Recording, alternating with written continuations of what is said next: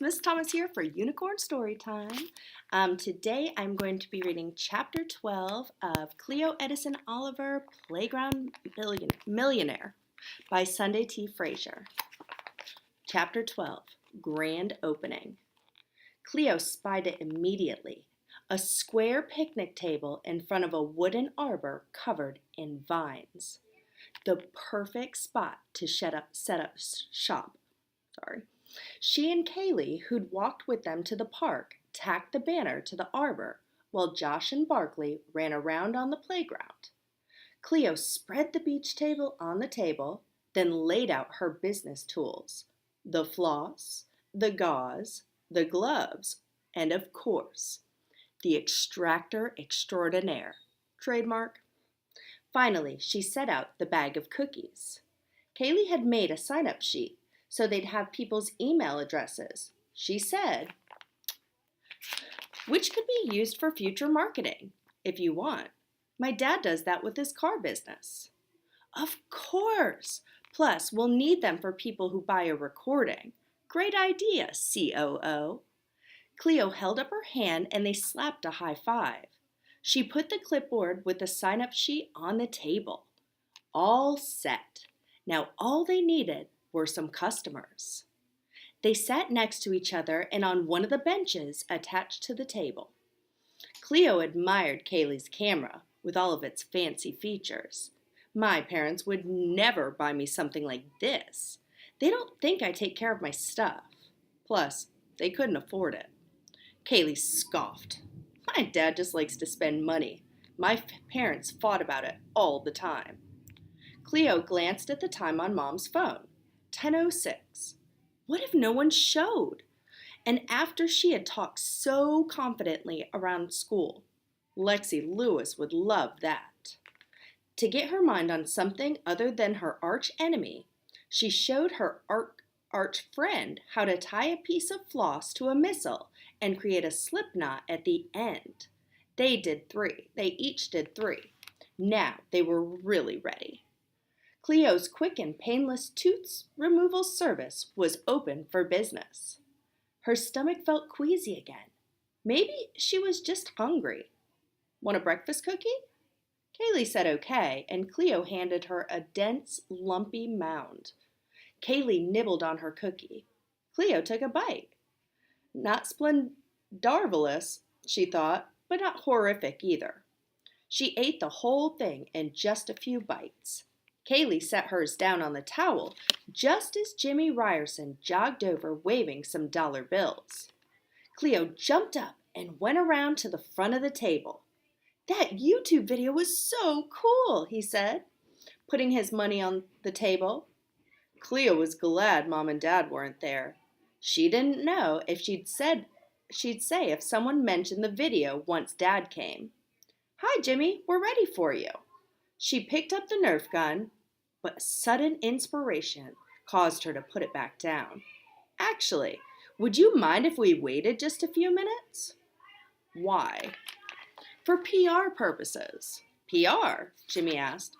Public relations. Jimmy nodded as if he understood, but Cleo was pretty sure he didn't. We want to establish our reputation as a first-rate professional tooth-pulling service. He still looked clueless. I want there to be a crowd. Jimmy grinned. The more people, the better, as long as I get to go first. Absolutely. She gave him back his money for the moment. It wasn't good business to take payment before services had been performed. They went to the playground and played a game of Lava Monster with a few other kids who were there. Jimmy ran around the jungle gym, which looked like a small castle, roaring and swiping at the kids, trying to nab them without coming all the way onto the structure. It was like tag, with the added excitement of a monster climbing the walls and a moat full of molten lava keeping the players from being able to escape the playground. If you got tagged, you entered the lava pit and became a lava monster too. The game continued until all had been caught. At one point, Jimmy tripped over Barkley, who had been too slow to get out of his way. Jimmy writhed on the ground while Barkley's slobbery tongue lapped his face. "Get this dog off me," he yelled. "He's licking me to death." The other kids laughed and cheered Barkley for getting the lava monster. When Jimmy finally got to his feet, he had only one thing to say: "That dog's breath is deadly." They started up the game again. Cleo ignored the sick feeling in her stomach, even though it seemed to be getting worse. She played dangerously, taunting the lava monsters from the edges of the equipment. Jimmy snagged her leg and she jumped into the lava pit. She climbed up and down the rope ladder and slides, trying to snatch the back of a squealing kid's shirt or the heel of a shoe. Barkley bounded around the structure, barking at all the excitement. Tessa and Steffi came as promised. They ran around, trying not to get caught. Emilio was there too, saying that he had a loose tooth to be pulled. Cleo recognized a handful of other kids from school, not in her class. She hoped they were all there to get their teeth pulled. It was time. She clambered to the top of the tallest slide, ignoring Steffi's complaints that she was overstepping lava monster boundaries. "Hey, everyone!" she yelled. "If you have a loose tooth that you want pulled, Cleo's quick and painless tooth removal service is now officially open for business." She slid down the slide to the rubbery black turf. "And we're giving away free cookies." That got everyone's attention. Some kids even whooped with excitement. Barkley trotted alongside Josh and the rest of the kids to Cleo's table. A few adults wandered over, probably parents of customers. Jimmy had sprinted to get there first. He picked up the Nerf gun and thrust it into the air. "I'm ready!" Cleo pushed her way through the crowd. "Don't touch anything. The extractor extraordinaire is for tooth pulling only."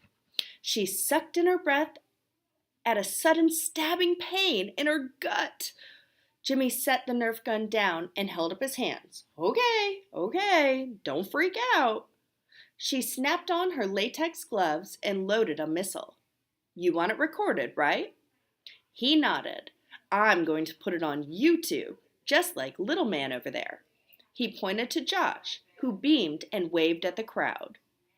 "Oh, and everyone who has a tooth pulled gets a picture with Josh, the boy in the video," Cleo announced. "No extra charge."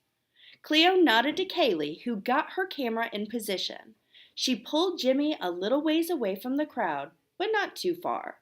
She wanted everyone to be able to see her tooth pulling method, live and in person. "Which one is it?" Jimmy pointed to his lower left canine.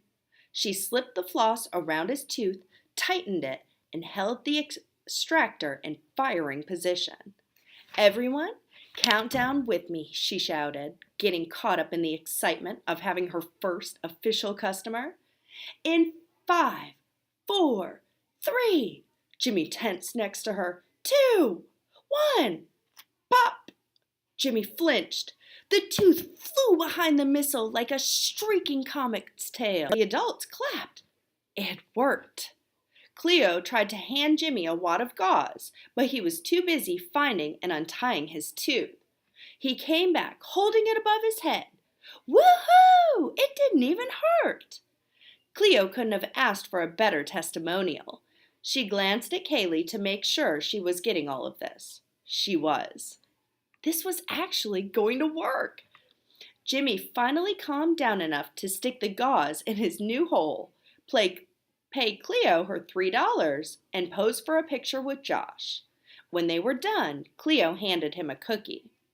Others held out their hands, so she went ahead and gave them cookies as well. "Disgusting," Jimmy hollered. "What's in these things?" Uh-oh. The cookies might be a tougher sell than she had thought. Their stock had just dropped precipitously.